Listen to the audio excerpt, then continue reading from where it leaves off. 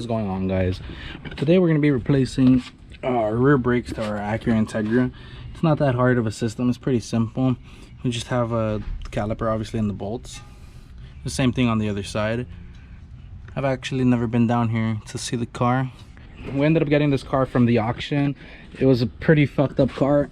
I had to replace the motor on it, so it was kind of like more of a pain in the ass job. It's time consuming, but yeah, so today we're just going to be changing out the brakes. I already loosened them up. It's just 212s, and then the caliper should be able to slide off to the side. For these cars, make sure your parking brake's off because it's a 2-in-1 system. This one's pretty fucking on there. Parking brakes on? Yeah. Ah, see, look. Parking brakes on. Alright, so I need to grab something to chop the front wheels. We have a cinder block or something, like a brick.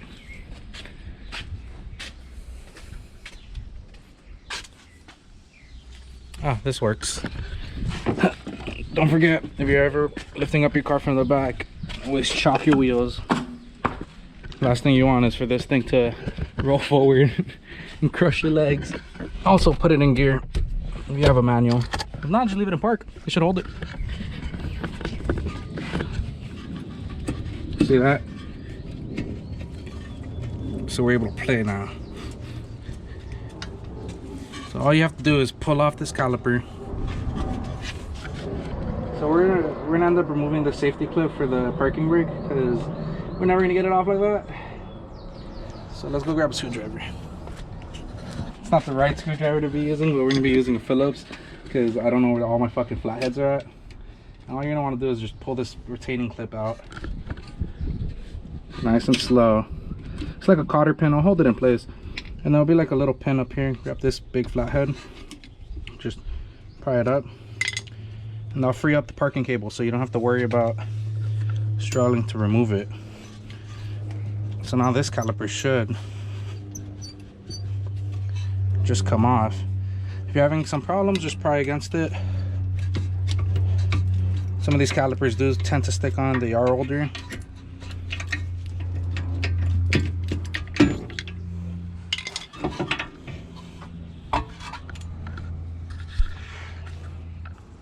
So it's a different type of caliper. For these, you have to spin this piece in.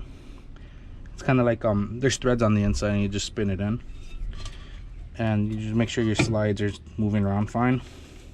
Since they're moving freely, I'm not even gonna bother taking them off. Normally, you want to take them off and re-lube them. The rear brakes are simpler on like every other car, different cars. On these, you just have to spin it in with this thing. They sell it at your local auto parts store. The right one that fits into this pattern right here on the caliper. And what it does is it just rotates the piston back in place.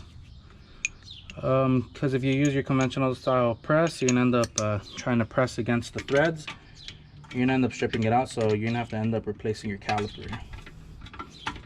So you just have to find one that fits and put it on your ratch. They also ran out a tool. It's a bigger tool, and it does come in handy. And it's like one of those tools that you get at an auto parts store. You rent out and it's free. You just have to leave a deposit. It's like $100. So this little tool is like 10 bucks. It's just more of a pain in the ass because you have to find the right fitting for it, and it slips. I mean, if you have the extra money, I would recommend just to get the tool. You know, because it's just simpler. It's more secure than this, and that's all that's gonna give me. We got our brake pads here. Picked them up at the local O'Reilly's. It's pretty cheap. It was like, I think like 40 bucks. We're planning to change the brakes on them anyways. It's probably a big brake kit.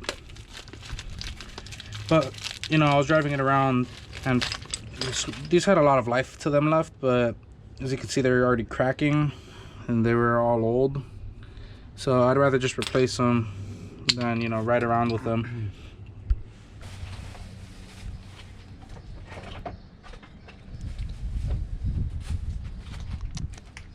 And with brakes, the brake system, you always want to clean where it sits, just because brake dust and rust builds up around here, and if if you're not cleaning it properly, what you're gonna end up with is like brake noise in the end of the day. At the end of the day, that's the last thing you want. A lot of people change their brakes prematurely due to squeaking,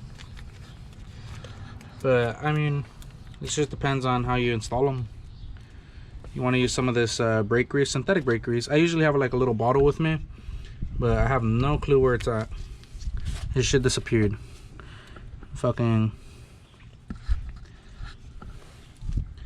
So for the meantime, I bought these little packs.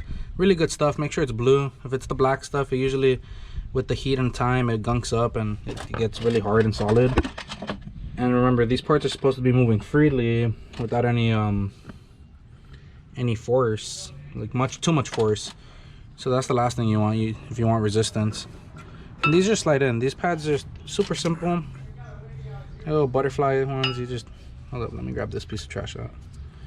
I could have cleaned it much better, but like I said, we're going to be replacing the brakes again soon anyways, so it's not even that big of a deal for me. So they just sit in place, and what you're going to want to do is just bring the caliper back in. It's going to give you some resistance because of the cables. Flush and make sure there's nothing blocking your way, and see, look, it just slides back in after removing that parking brake cable. You just have to line these up and screw them in. Always start off a bolt by hand, because then you can fucking strip it out. That's the last thing you want. Says that I struggle to fucking put it in. Yeah. So it's just going to be the reverse process from here. You just bolt everything back up. Normally you want to torque these down to spec, but just giving them like a nice 1 or 2 right over finger tight is enough from my experience. You never need too much. You just got to install this pin again, you know, same way. Put that down. There is a hole at the bottom. You would want to like point your way, so it's less of a pain in the ass to get. You just have to fight it, because these things are a little bit of a hassle. And you just grab your flathead screwdriver and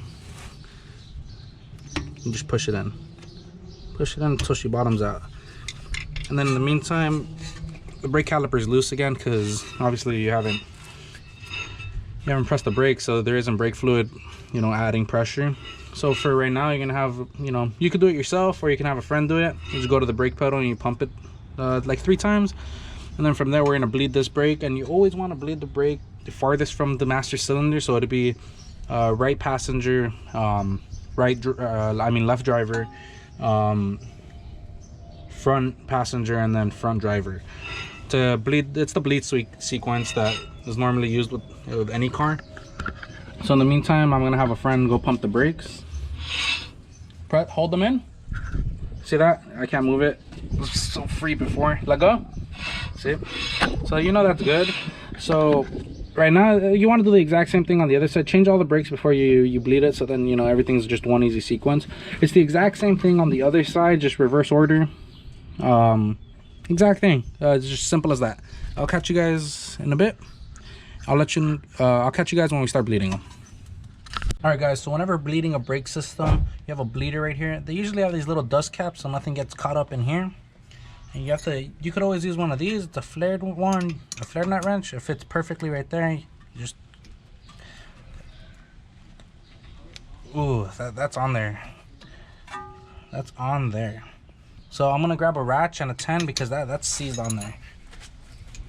Yeah, normally they're not supposed to be that hard. It's bad when they are, because if that strips inside the caliper, you can oversize it. It's not recommended though. Yeah, see, it broke it loose. All right, so you're gonna want to have it loose, and you're gonna have one of these bottles with brake fluid and a hose running down to it. You just hook up this little nipple. Jeez, I got the wrong size. I'm gonna have to force it through. But the tighter the hose, the better. You get this nice seal on there. And the reason 5 pumps is good is just to pressurize the system and get the air through. Pump it.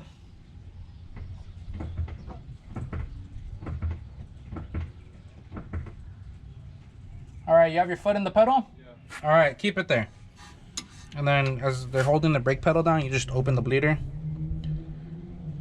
and you close it. Pump it again.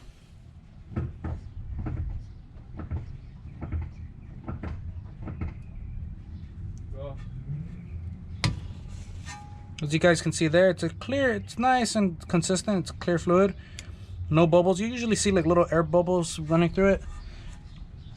Our brake fluid system isn't the cleanest, as you can see how it's separating from the clean brake fluid, but we'll take care of that later on when we replace the brakes. In the meantime, that's fine like that. Usually you want to do it 3 to 4 times the bleeding process, so we're going to do it one more just to be safe. Go ahead.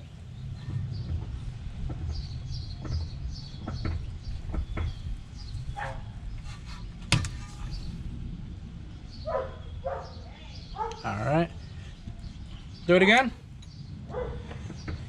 So yeah, normally you want to do it 2-3 times, or 3-4 times when you disconnect something, like you replace a caliper and then you put it in there, because the caliper is fresh, it has no fluid running through it but just air, so you're gonna have a lot of air in there, and the last thing you want to do is introduce that air to the rest of the system. So you just want to bleed this at first. Again, the sequence farthest from the master cylinder. So it's the same thing on the other side and for any other brakes. So I'll let you guys here. Thanks for watching. You know, really appreciate it's the first video, so it's kind of awkward. But hopefully I was able to help you guys with something. Who you guys have an Integra, you know, you guys can take a look at this. I'll catch you guys next time.